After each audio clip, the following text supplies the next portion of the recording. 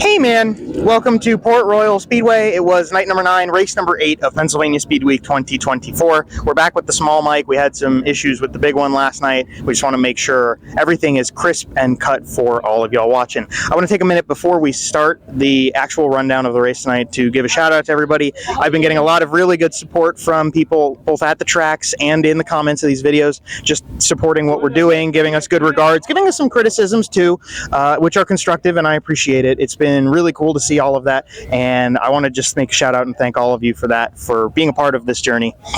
So we had 39 drivers show up for the Greg Hodnett tribute race here at Port Royal tonight, the penultimate race of the championship in PA Speedweek. It was hot tonight, but it wasn't that humid, so when the sun went down, it kind of cooled off, and that was a nice break because the last 2 nights were humid and somewhat miserable. There were a lot of ruts on the track throughout the beginning of the program, especially that played into the way things went from hot laps in through the heat races. But to start, in hot laps, we saw Anthony Macri fastest. He's running a special Greg Hodnett tribute wing, number 22, and actually was scored as the 22 car tonight. Austin Bishop was second fastest, Chase Dietz was third, Logan Wagner was fourth, and Brent Marks was fifth. There were 2 groups of time trials going. We saw in time trial group number 1, one interesting thing, Blaine Heimbach stopped on track after his run, but it didn't seem to hold him down for the rest of the night. The fastest driver was fastest overall. It was Jeff Halligan, and then Troy Wagaman was second, Mike Wagner third, Danny Dietrich fourth, and Justin Whittle was fifth. In time trials group number 2, we saw another car have issues. It was Devin Adams this time, who did not get in a good run in qualifying. Dylan Cisney was fastest over Anthony Macri, Logan Wagner, Brent Marks, and Chase Dietz. In heat race number 1, Mike Wagner drew the pole with Justin Whittle to his outside. Justin took the early lead, and Mike Walter had a fantastic start as well. Devin Borden was very strong. Both were able to pass Mike Wagner to get further up in the order of transfers. Justin Whittle took heat race number 1 over Devin Borden, Mike Walter, Mike Wagner, and Jeff Halligan. Heat race number 2 saw the Gary Kaufman Racing number 48 on the pole with Jake Karklin in the Ritter Racing 35K to his outside.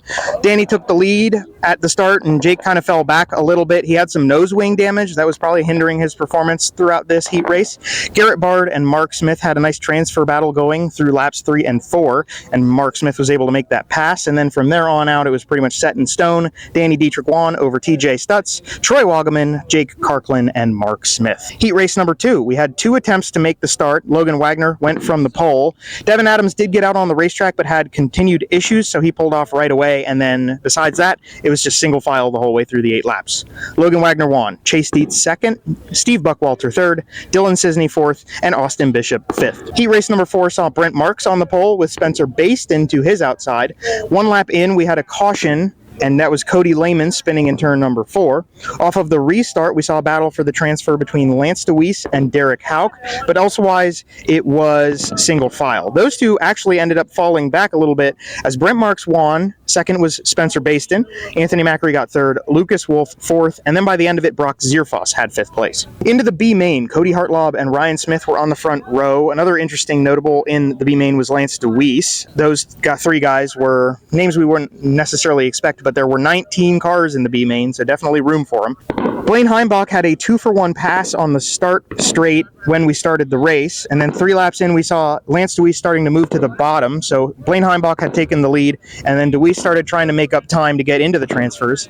6 laps into the B main, Derek Hauk made a pass on Garrett Bard for the 4th place, which is the last transfer, and then 4 laps after that, Lance DeWeese passed Derek Hauk for that transfer position, and that's how it went to the end of the 12 laps. Blaine Heimbach, Ryan Smith, Lance DeWeese with the last lap pass actually getting 3rd, and then Cody Hartlob had the final transfer.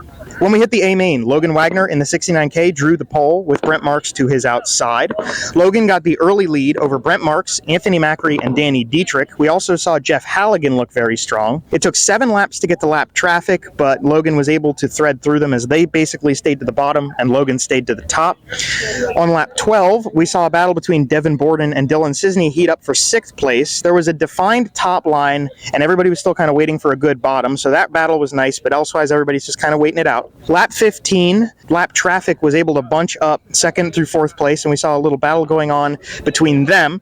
3 laps after that, worth noting, Logan Wagner decided to switch to the bottom, and it only took a lap of him running on the bottom before we had a yellow.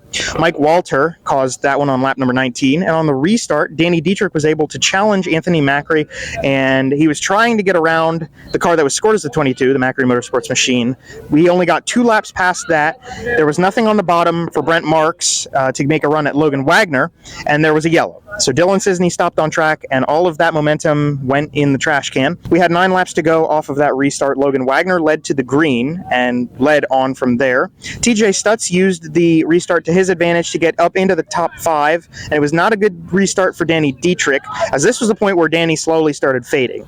With 4 laps to go, we saw Spencer Basting get a flat left rear, but he did not get a yellow flag, so he pulled off the racetrack and we stayed green.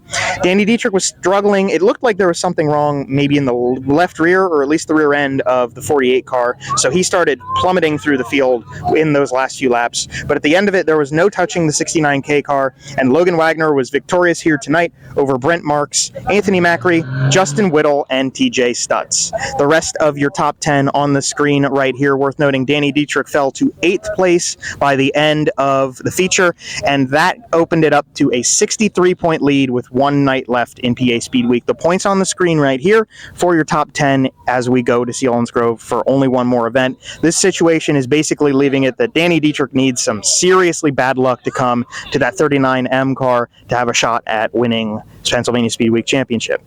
But that is the end of the program here tonight from Port Royal. We only got 1 more night to do this, so hopefully everybody's enjoying what we've got, and we'll be back with us again tomorrow night from Selinsgrove. I'm making a big shout out to my main man, Matt Faust. Absolutely just is key in every aspect, whether it's keeping notes, whether it's doing the videos, whether it's holding the cameras, editing, everything.